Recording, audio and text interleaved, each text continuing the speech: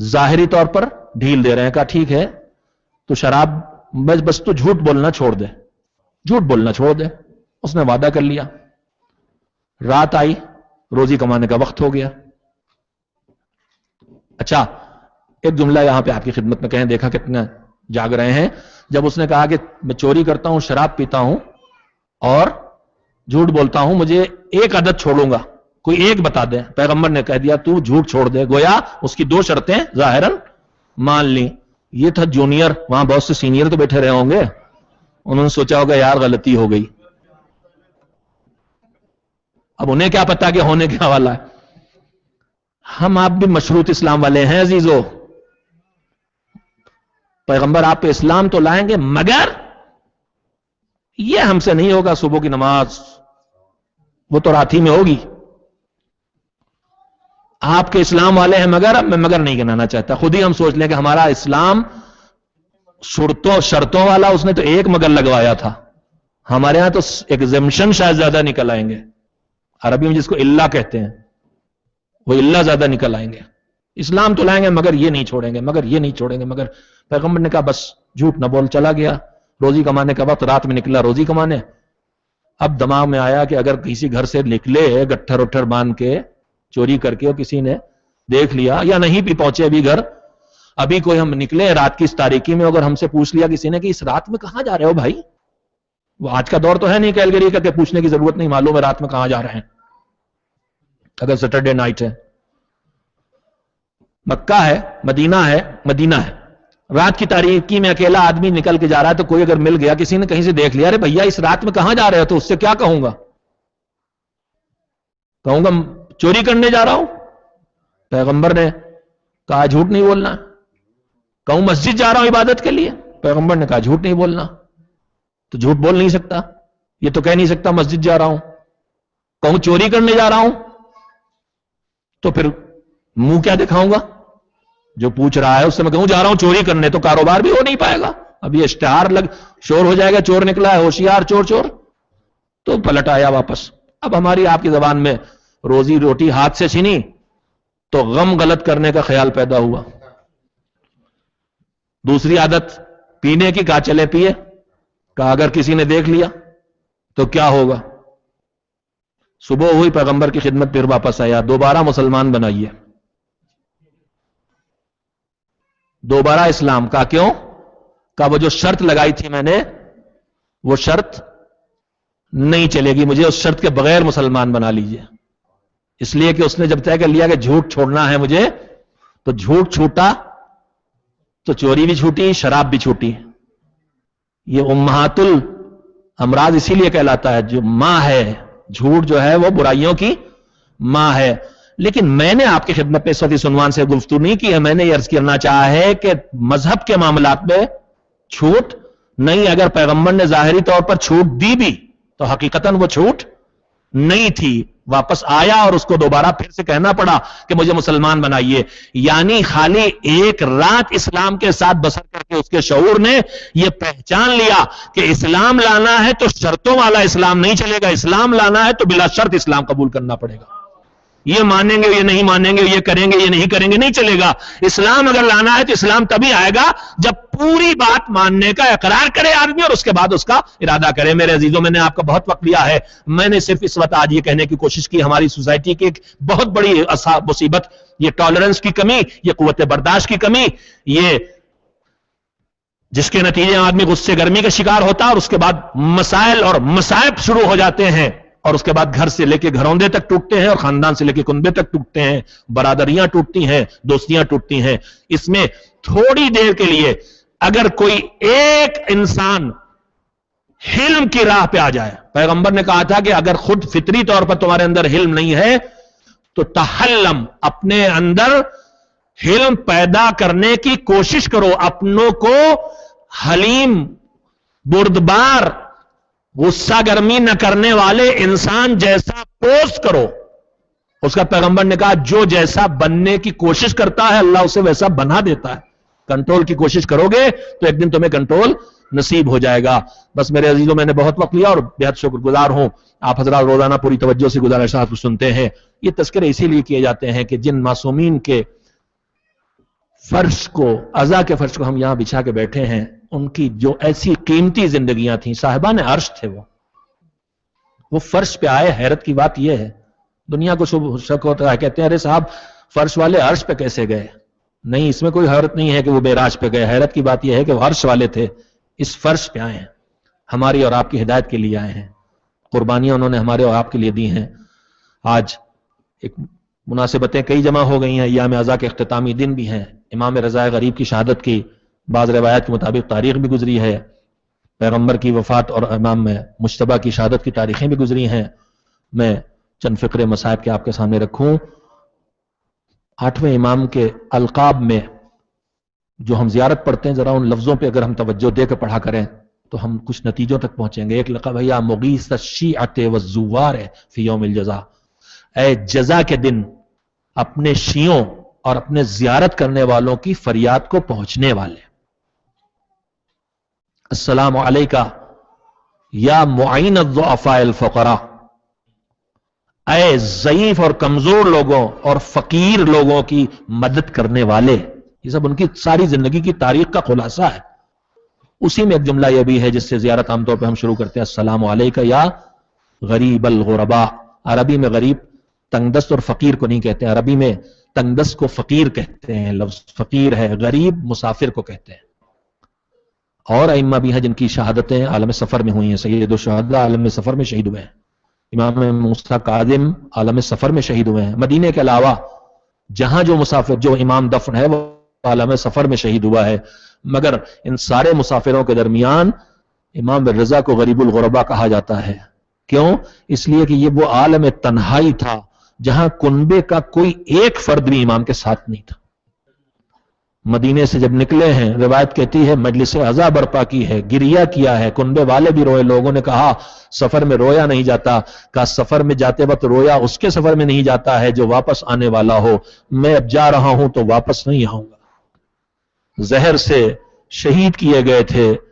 زہر کی شدت کا عالم یہ تھا کہ جب انگور میں زہر ظالم نے دیا ہے، گھر سے نکلتے وقت ابو السلط ہیروی سے امام نے کہا تھا دربار میں مامون نے بلایا ہے، میں واپس آؤں گا، اگر میں سر پہ میری عبا یا چادر پڑی ہو تو پھر مجھ سے کچھ بات نہ کرنا، میں جواب نہیں دوں گا، اگر میرے سر پہ چادر نہ ہو تو تم مجھ سے بات کرنا، میں تمہیں جواب دوں گا۔ امام جانتے تھے زہر کی وہ شدت ہوگی کہ اس کے بعد لفظوں کو زبان پہ لانا دشوار ہوگا۔ ابو السلط کہتے ہیں میں انتظار میں کھڑا تھا، امام جب دربار سے نکلے سر پہ چادر پڑی ہوئی تھی، میں سج گیا، میرا مولا تکلیف کی کس منزل میں ہے، مگر شدت کا عالم یہ ہے کہ زمین پہ بیٹھ جاتے تھے پھر اٹھ کے کھڑے ہوتے تھے، پھر بیٹھ جاتے تھے پھر اٹھ کے کھڑے ہوتے تھے۔ عالم غربت اور عالم تنہائی میں تڑپ کے جان دی ہے، مگر لمحات آخر میں باعجاز کمسن بچہ مدینے سے آ گیا تھا جس نے باپ سے وصیتیں بھی سنی ہیں، باپ کو غسل و کفن بھی دیا ہے۔ ہاں میں یہیں پہ اپنے آپ کو بھی تسلی دیتا ہوں، میرے مولا بڑے عالم غربت میں آپ نے جان دی، اللہ کی بارگاہ میں حاضری دی، مگر کم سے کم ایک کمسن بیٹا تو آپ کے سینے پہ آ کے سر رکھ کے آپ کے راز و نیاز، آپ سے راز و نیاز کر رہا تھا۔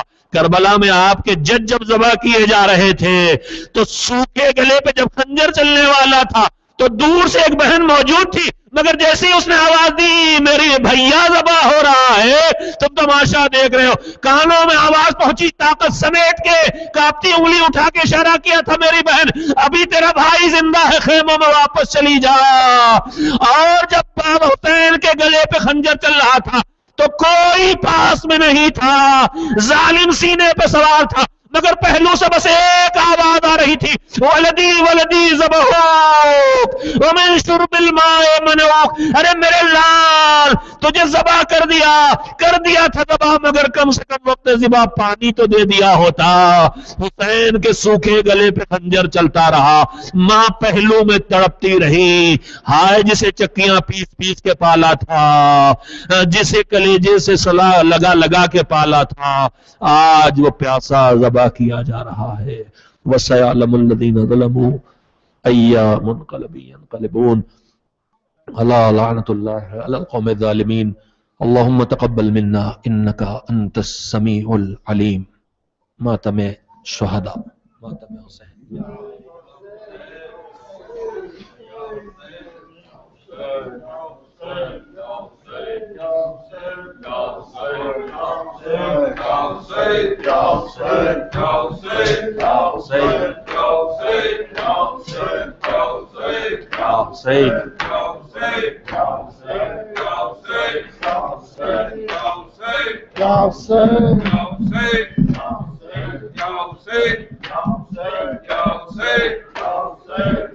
Say